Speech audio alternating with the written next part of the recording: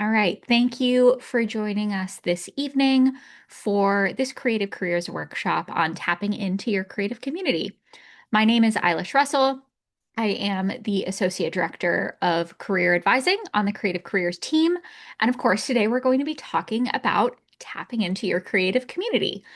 This workshop is being recorded, so it will be added to our YouTube channel if anybody would like to watch it back later or rewatch anything. It will be available there and will be sent out in addition to a handful of really great resources that will support this process of tapping into your creative community that we're going to be discussing today.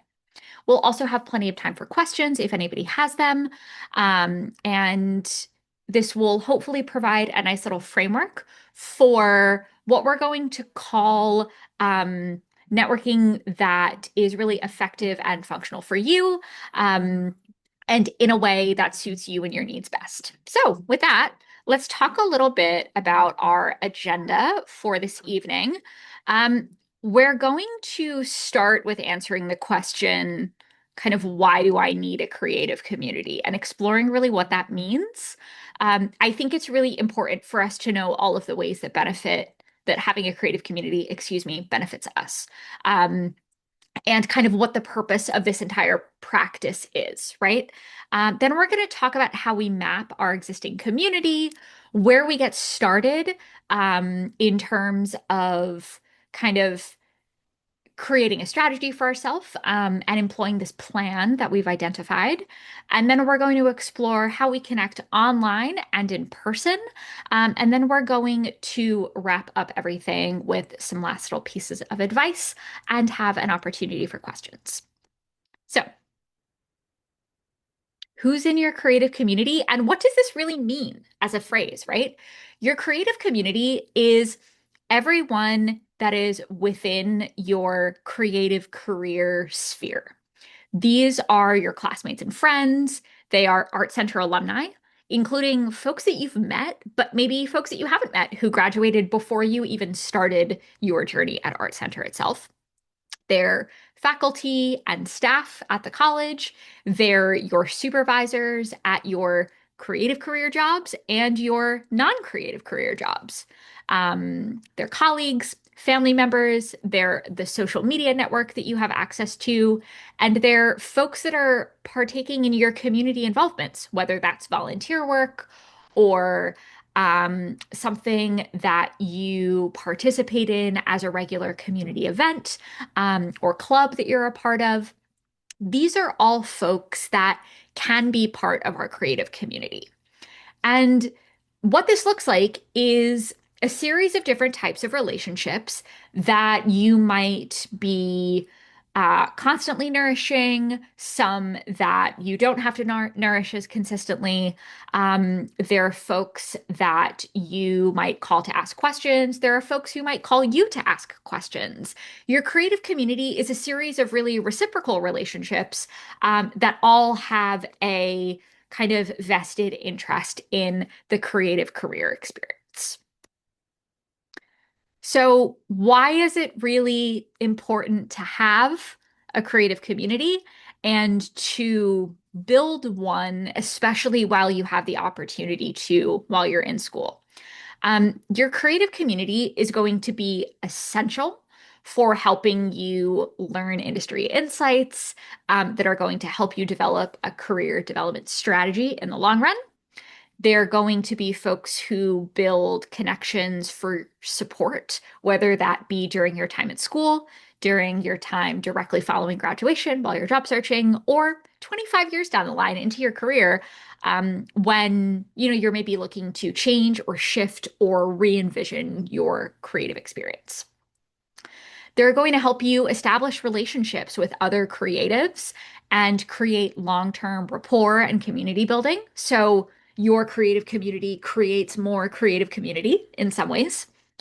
And they're going to help you access resources, information, and contacts that support your application process and creative career development. So we'll talk a little bit about specifically what that can look like in a few minutes.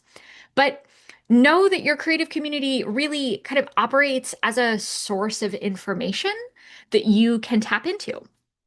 And finally, with all of this information, they can kind of help you develop a personal branding strategy. So, understanding yourself and your market and your position within your market and how you can talk about yourself and what works and what doesn't work really, really effectively so that as you move forward in any iteration of your creative career, you're able to um, position yourself in a way that's really effective.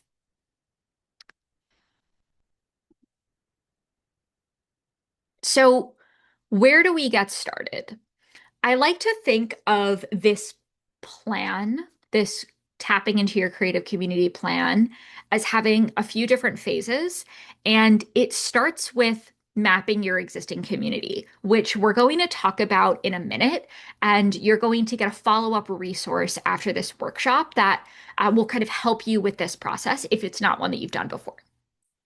But mapping your creative community looks like understanding where you already have connections.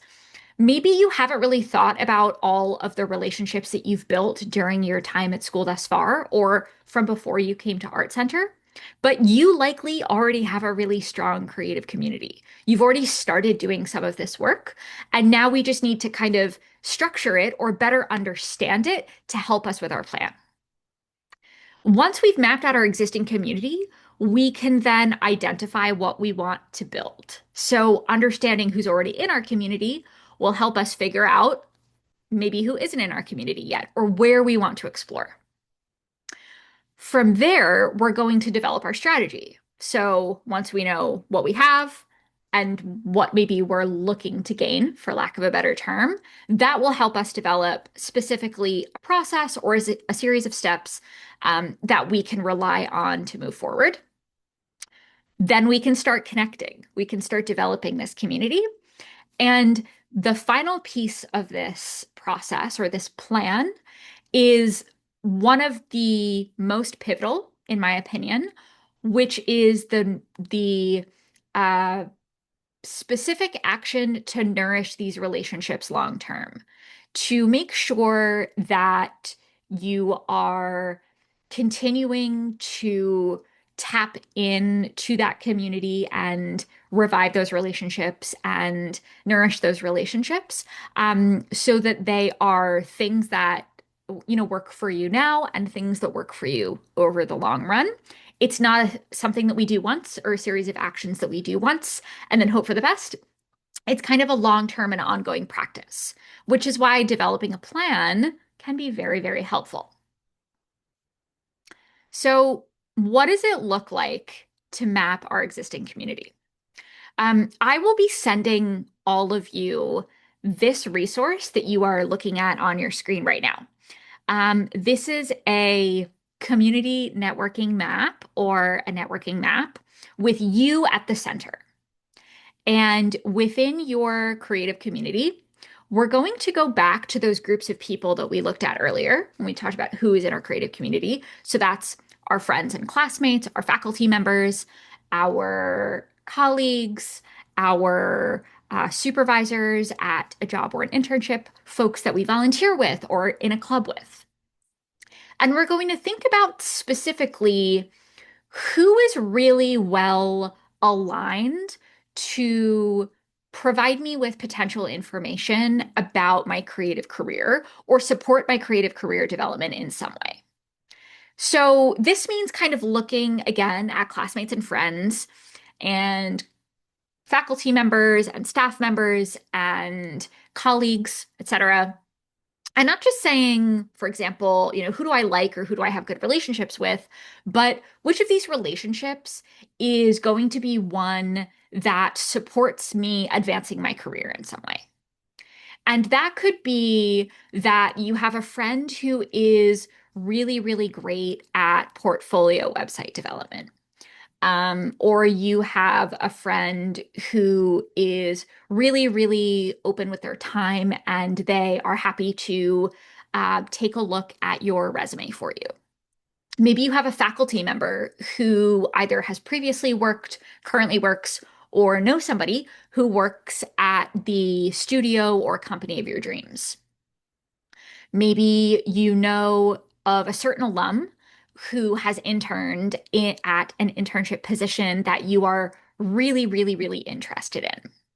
These are folks who are part of the kind of immediate creative community that we have access to. And as we build them out, again, we're going to see what relationships we already have. And then we're going to see maybe areas where we have fewer relationships currently, but maybe where we would like to build them out.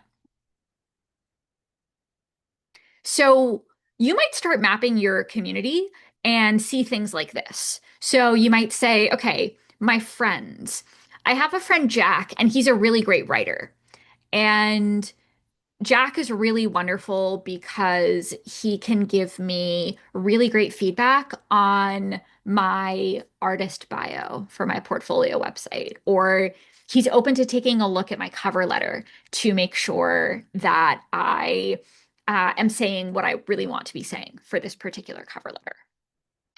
And then I have Sophie, and Sophie is an absolute whiz at portfolio website development or at helping me see these exciting parts of my work and talking about my work in a really exciting way. And I'm really grateful that both of these friends are really kind and open to offering me some of this time.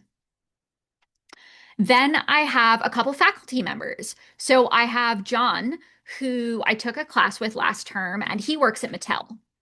And I know that Mattel has this specific division that does really cool work that I'm excited about. And then my other faculty member, Kim, works at Xbox and or has worked at Xbox previously.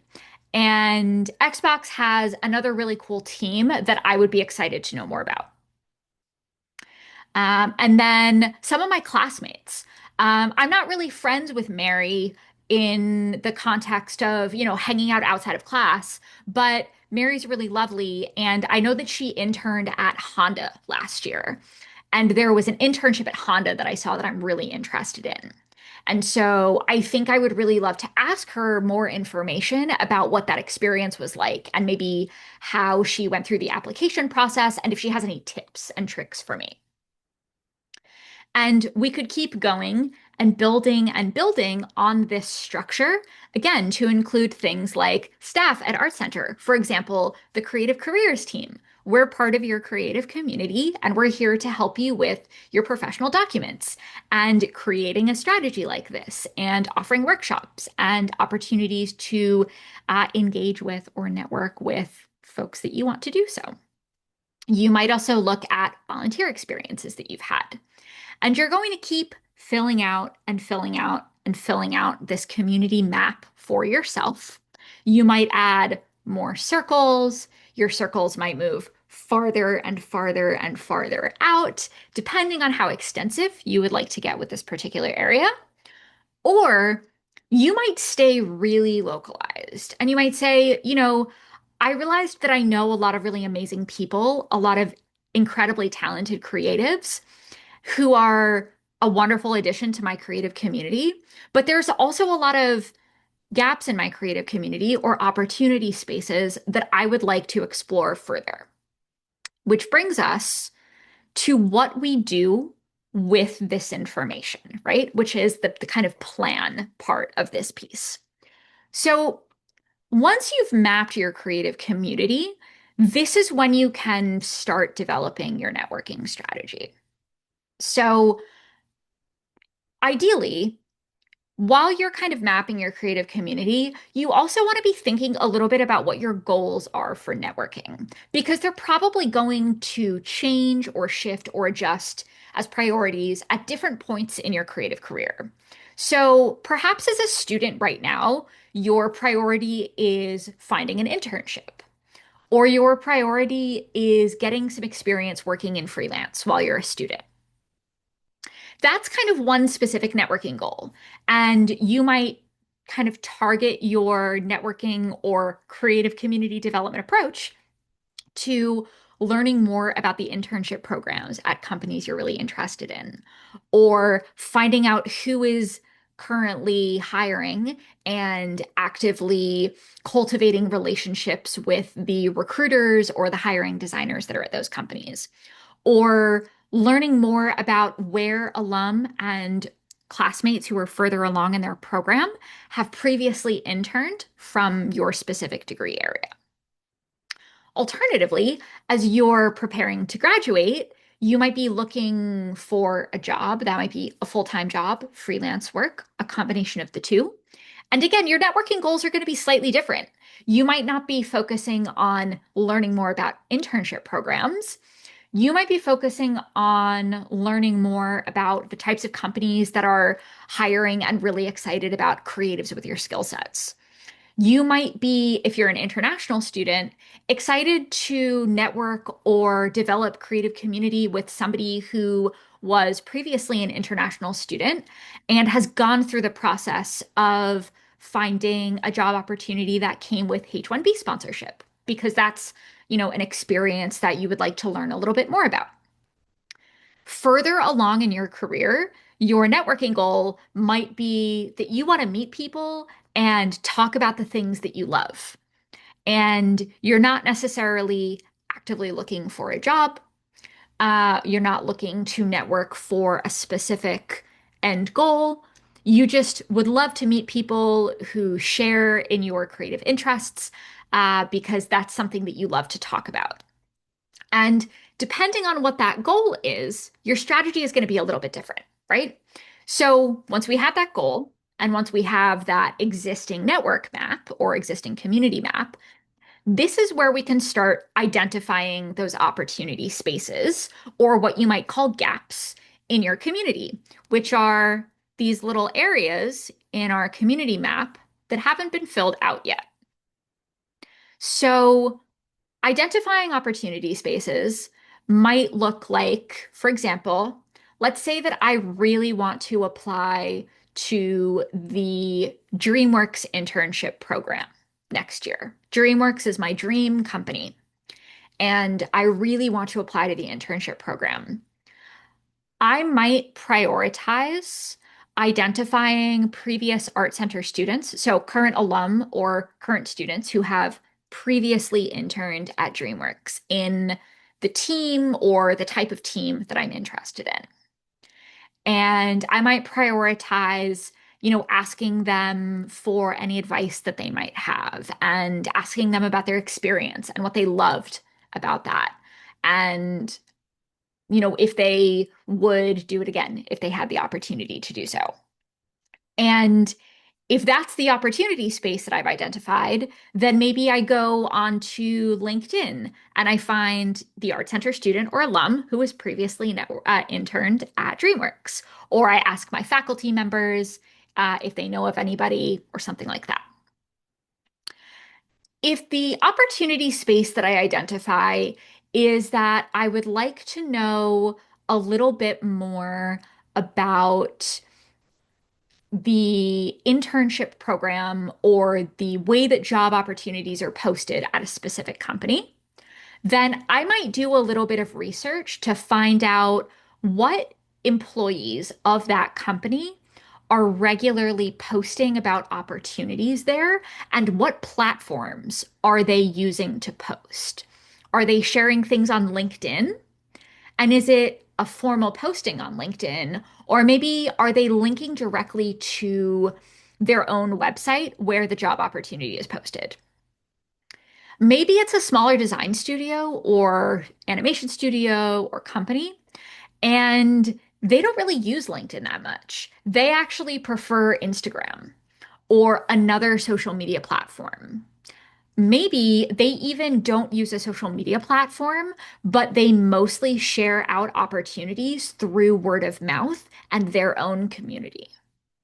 And so then my opportunity space is to figure out who I need to follow or be connected to in order to get that information about those job opportunities. Maybe the opportunity space, again, just to throw out a third option here as we're exploring what this plan might be, is that I want to know more about the discussions that are happening in my industry. Like, what's the biggest problem in the industry right now? Or what's the thing that everybody's talking about if they work in the industry full time? Or where do people see the next possibility moving forward? And so I want to look for industry thought leaders. And those, again, might be folks that are posting a lot on LinkedIn. They might be people who are sharing a lot of information on Instagram. They might be people who have a Substack account and put out a monthly newsletter about the state of the animation industry or the state of transportation design. And they talk about their experiences and what they hear from colleagues or former colleagues. And they share their thoughts about how to orient yourself in the current state of the industry. And so you might want to find those folks and again, identify how is most effective to connect with them. Which brings us to the next part of our strategy, which is choosing the right channels and platforms for our goals. So, depending on what our goal is, there might be different processes that make the most sense for tapping into or developing and nourishing that creative community. When we're thinking about opportunity spaces for our peers at Art Center, our faculty members, our staff members, things like that, the right channel might be sending them an email. If you know that their email address, or if they have a public social media account that you know they're open to being reached out on, potentially reaching out to them there. If you are thinking about tapping into kind of like an industry thought leader, that might not necessarily be somebody that you are able to send an email to, at least not right away. So you have to figure out, okay, is the channel that they're most accessible on, again, a Substack account? Is it maybe an Instagram account or a LinkedIn account? And how often are they posting? So where can I get that information? If you are trying to connect with potential hiring managers or design leaders that are on the teams that you're interested in at your dream companies, you might think about, again, where are they most likely to be responsive and what type of thing is most likely to get a response from them? That might be something like asking a direct question that they can respond to pretty easily and sharing why specifically you're interested in them and asking them that question. It might be taking a look at the profiles of a few different people who have a certain type of title or in a certain type of industry and seeing who seems really active on LinkedIn or Instagram or whatever other social media. Is there somebody who doesn't seem like they've posted in more than a year? Or is there somebody who's regularly engaging with posts and content about the industry and seems really involved? That person might be more likely to respond to outreach, or be receptive to our questions than somebody who doesn't seem to use LinkedIn that publicly in that much of a way.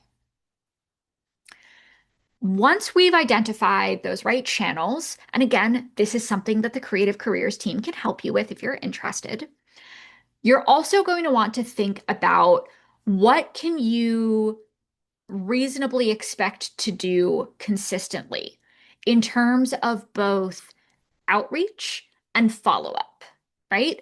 Because the goal of having a strong creative community is that you are able to replicate this process in some capacity and as it relates to your goals in the long run. You don't necessarily want to spend,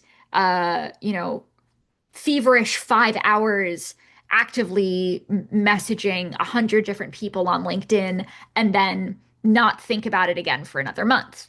It's something that we want to kind of make a regular practice. This not only helps us be more confident in our networking skills, but it also helps to increase the likelihood of developing that strong creative community, right? If we're doing it consistently, if we're choosing a variety of different channels, if we're following up and trying different things, it's more likely that we're actually going to broaden that network kind of consistently over time than if we send out big burst of messages or try a bunch of things very quickly and then do nothing for a long time.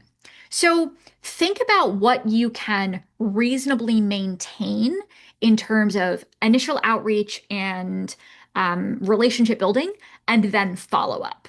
So, for example, you might think, I would love to join a drawing circle in Pasadena. And you go to the first meeting of the drawing circle, and it's really great. And you meet all these people, and they're all wonderful. And in your excitement, you say, "Oh, I want to have lunch with all of these people. I want to come back every week and I want to know everything about them because these people are really cool and they're doing really cool things. And I would love to know more about them." And so you schedule all of these lunches or all of these chats and check-ins, or you send all of these emails out.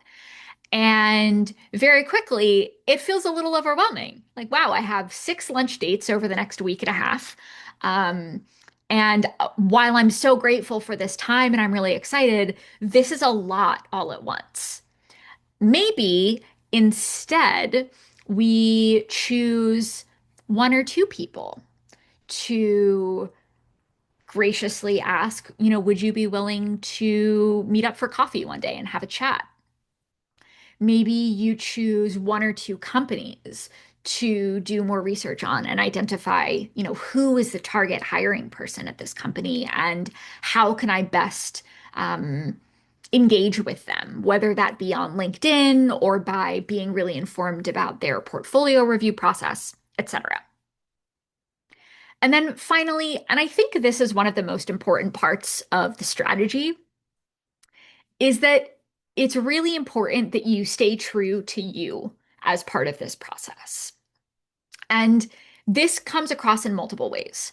So, the biggest one, and the one that I hear a lot when I'm in advising appointments with students and alumni, is I am very introverted, or I feel a little bit shy and nervous when I am going about networking, and I don't know what to do. And it makes me feel like networking isn't for me, so I don't want to do it. And the first thing that I say when somebody says something like that is, I think you're thinking about networking as one thing. It has to be this one thing. When in reality, you can make networking work for you based on who you are as a person, what you like to do, what you feel most comfortable with. And that is not only going to help you have a better time, and allow you to engage, but it's also going to be the most authentic and true version of you, which is going to be the one that builds the most relationships. Another really great example is, somebody potentially saying, I feel like I need to be really professional and polished anytime that I'm talking to somebody who is in my creative circle. Because I'm worried about potentially making a bad impression. And while it's important to want to make good impressions for folks that are in our creative community, it's also important for us to be ourselves. We want to make sure that we are allowing our personalities to shine through, allowing what makes us unique and exciting and interesting candidates or interesting creative community members to come through in these meetings. So it's really important that we stay true to ourselves and find networking channels and platforms and processes that allow us to successfully network, build our creative community while being ourselves. So maybe if you're an introvert or you feel nervous among people you don't know really well yet, people that you've just met, you kind of try to be um, adding into the conversation rather than starting it. So you don't necessarily have to start something new, but you can agree with a conversation that's already happening. You can ask in advance about a networking event or an experience. Hey, is anybody else here going for the first time or maybe going alone? Do you want to meet up? I'm also going by myself, or I'm feeling a little bit nervous. You can also choose to network in much smaller groups instead of in a bigger group of people if you feel a little bit less nervous when you're maybe more one-on-one or two-on-one or something like that. If you are, feeling like, okay, I really want my personality to come through, but I'm always worried about making a good professional impression. Maybe you find the right networking space. Maybe you find the right drawing circle or the right network of former interns at the company, whatever the company is, who have a similar sense of humor to you and are really excited to hear what you're saying. And you have similar other interests as well. So you're kind of building on and continuing to be this authentic version of you that is going to be the most effective for your networking. Because again, what we really want to do is build and develop genuine relationships with people that we will continue to have for the long run. Not being ourselves or showing up and feeling very nervous because we're really out of our element is something that can be great to do in that, it's okay to be out of our comfort zone, but we can also do things that really help us to feel more comfortable in that process as well. So it's really about, again, identifying what works best for you and then adapting your networking style to fit that well. So let's talk a little bit about the places that we can connect, right? We'll talk about connecting online first because there are a few that you probably already know of, like LinkedIn and Instagram. LinkedIn is a really, really tried and true professional community development space. It's really easy to search people by the company they work for or have worked for in the past. It's really easy to search for folks that have graduated from Art Center or currently at Art Center who are in your program or who are working at a specific company or who are living in a certain area that you maybe want to live in yourself one day. There's a reason why LinkedIn continues to be the number one used professional networking site in the world. And it's because it allows for that process to happen really easily. The important thing about LinkedIn, as I mentioned earlier, is that we have to be a little bit choosy about how we reach out to people and who we reach out to.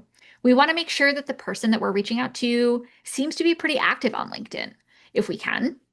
And we want to send them a nicely crafted message that is something that they would want to respond to. Same thing with Instagram. It's kind of becoming a little bit more of a space, especially in certain design fields where a lot of networking happens, especially if you have a design focused Instagram that you use to share your work, that's part of your personal brand, etc. TikTok is a slightly newer space in the connecting online front, but I think that it's a really awesome platform for things like sharing snippets of your work, sharing parts of your design process, having a camera set up while you're doing some fabrication or while you're doing some initial sketches or whatever it happens to be. And, just sharing out snippets of those things. You might also connect with artists that are doing the same thing, whether they be freelancers or folks working at the companies that you're thrilled to work at. You might choose to connect with them on TikTok. And that's going to operate kind of similarly to Instagram. You might have to send somebody a message. You might have to connect with them directly in order to send that message.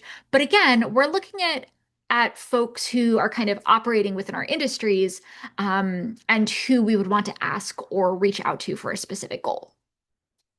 And then some other areas that are also a little bit newer, but are really flourishing as professional development spaces, online especially, are Discord and Slack. I know that a lot of Art Center students are already using Discord for various things within the school, outside of the school, etc.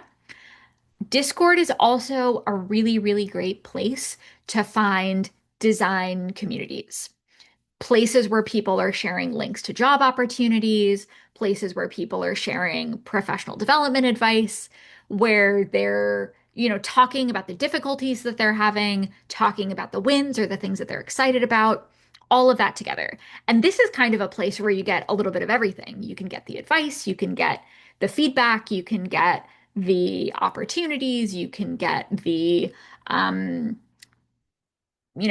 of pros and cons of the industry information all in one place.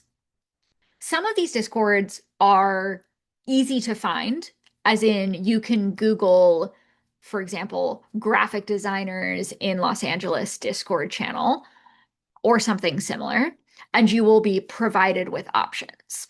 Others, you kind of have to know folks that are in them, which is why developing those connections elsewhere can lead to some of these other community opportunities or kind of growth opportunities for your community development process. But don't kind of sleep on some of these digital communities for being really, really effective. I think this is especially beneficial if you are planning to relocate and maybe you want to live in New York or you want to live outside of the United States at a certain point after you graduate, because you can tap into an online community that's happening anywhere in the world. When we look at things that are happening in person, there are quite a few different options as well. So, the first thing are workshops and panels that are happening at Art Center, outside of Art Center, wherever it happens to be. So, this workshop today is a really good example, but any workshop that Creative Careers hosts, any workshop that your department hosts, any panel that goes on is an opportunity for you to connect with the people that are participating in or facilitating that workshop. So, for example, let's say that you go to a workshop put on by the entertainment design department and they have a few alum come in and you really loved what they said. You can follow up after that workshop or that panel and send those alum a connection request on LinkedIn and say, thank you so much for coming to chat with um, Art Center students. It was really lovely to hear about your experience, and I'm really excited to follow your professional development.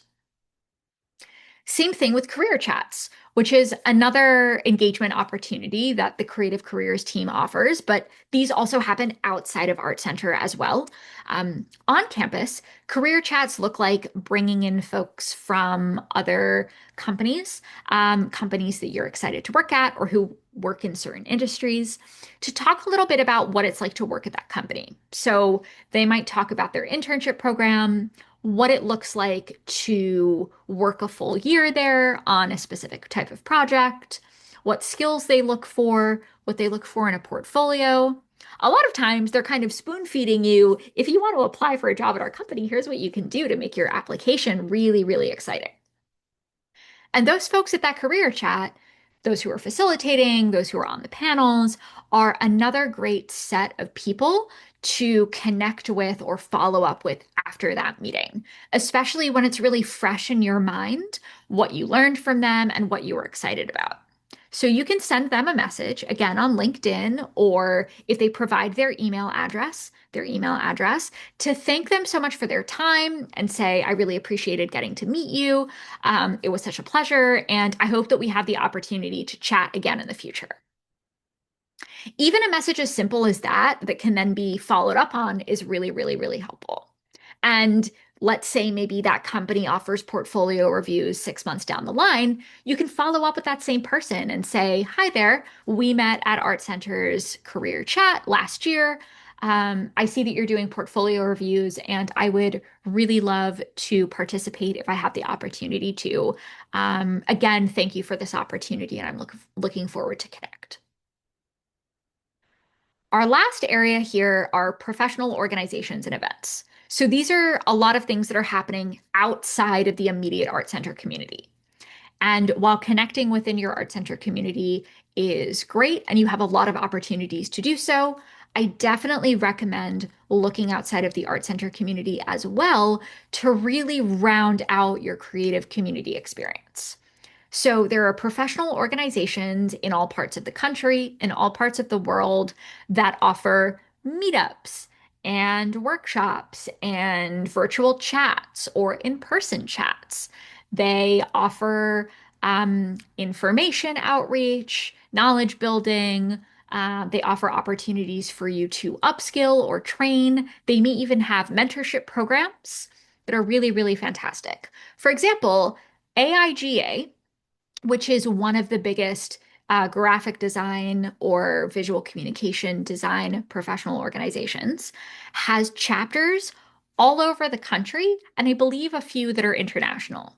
Each of those chapters have meetings, they have job boards, they have folks who are excited to support your professional development and check in with you. And it's a really, really wonderful organization to be a part of. Some of them are going to be really formal, like AIGA. Some of them are going to be a little bit less formal.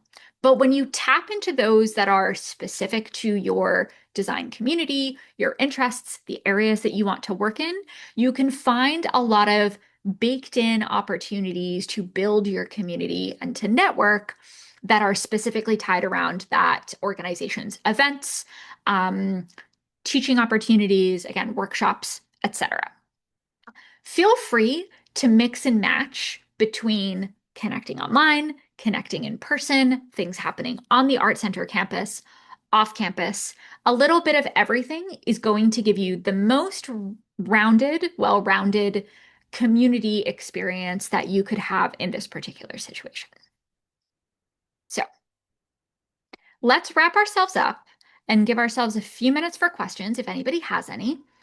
And as I mentioned earlier, you're going to be receiving a recording of this workshop as well as a bunch of different resources for starting this planning process via email after this workshop ends. So know that you'll get some immediate kind of next steps for supporting this plan if you are interested in doing so. So to wrap ourselves up, building your creative community is a really important part of building your creative career. All of those benefits that we mentioned earlier, like having access to resources and information that support your application process, being able to build and nourish relationships that lead to more relationships, having insight into industry information and changes and information that can help you with your processes. All of that is going to very tangibly support your creative career development. There is not a single creative industry in which networking and community building will not help you achieve your creative career goals. All of them require community building, community working in some capacity. And for all of them, having a strong community will help you with your process of finding a job in the long run. The bonus to this is that you've already started doing this, right? It's something that's really, really important, but you're already a lot of the way there. You're already in classes, building friendships, meeting classmates, meeting faculty members, coming to workshops like this one, and meeting the Creative Careers team is already part of building your creative community. So the next piece here is to map your existing community, and going through that process will help you build a strategy for where else you would like to add to your community, add to your knowledge, add to those connections and relationships that you have. Being consistent with your networking practice is one of the most important things. Again, it's not something that we should pick up with a lot of excitement for one day and then drop it for another 6 months. It's something that we want to kind of slowly integrate into a consistent part of our professional practice. The same way that we consistently update our portfolio website or consistently update our resume with a new project or a new experience that we have. We want to be consistently working towards networking. And finally, you don't have to change you to network effectively. You don't have to do things that you don't like to do. You don't have to be a different version of you. You can figure out, based on the plan and the understanding that you have about your goals and your opportunity spaces, what is going to be the most enjoyable for you, the most effective for you, and the thing that you can do the most consistently over a long period of time. And something else that I really want to add in here, and something that I think is really, really important and not talked about enough, is that a strong creative community requires a reciprocal relationship. So try not to think of your creative community as something that you can tap into only when you need something, or to view it as one-sided. Like when I want a job, I reach out to the hiring manager. When I need help with an internship application, I reach out to the former intern. Nourishing your creative community consistently and reciprocally, so thinking of those relationships as two-sided, is going to be the key to maintaining those relationships long term. You can ask any of your faculty members and any creatives that are 20 years into their careers. And I feel very confident that they will echo what I'm telling you, which is that when somebody that you haven't spoken to in 5 years reaches out to you and says, I see you're working at blank company, I want to work there. Can you put me in contact with a hiring manager? You're a little bit less likely to excitedly offer that than if it was a person that you regularly engaged with, even on a really, really kind of low touch plane.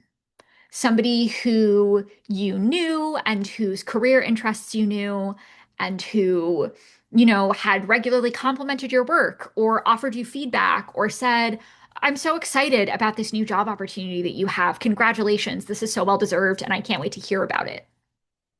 Those people that consistently show up are the folks that we're really excited to support in the ways that we can.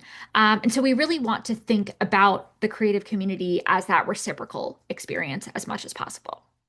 And with that, we maybe want to prioritize a smaller number of really high quality relationships rather than 1,000 connections with people that we don't have as strong relationships with.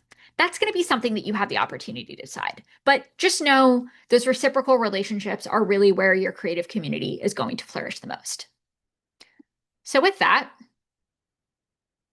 something that the Creative Careers team would love to do and would love to support you with is developing a plan that is specific to you, that you can action on, and that you feel excited about. If you're interested, I would absolutely encourage you to make an advising appointment with us. Come in and have a chat with myself or any of my colleagues. We would love to meet with you. You can reach us at the contact information that's listed on your screen right here. And again, I will be sending out a follow-up email with this recording, with a bunch of resource documents that you can access, and a link to schedule an advising appointment if you're interested in doing so. I hope that this was helpful and gave you a little bit more information about how to network with strategy rather than without strategy. And also to give you a little bit of confidence that this is something that absolutely is something that you can do with excitement and something that you can make feel good for you, because it is a really important part of your creative career development. So thanks everybody so much. If there are any questions, I would love for you to drop them into the chat. You can also unmute yourself and ask them out loud if you're interested. We have about 10 minutes left for any questions if they pop up.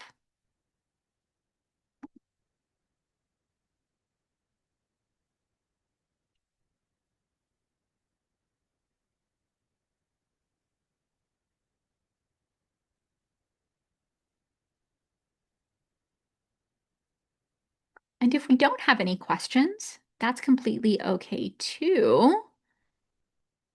Oh, do you want us to send our email to you to receive the recorded video?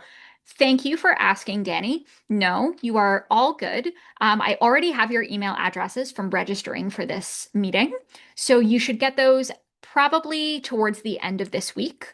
But you don't have to send me anything. I've got you. Thank you for asking, though. Any other questions?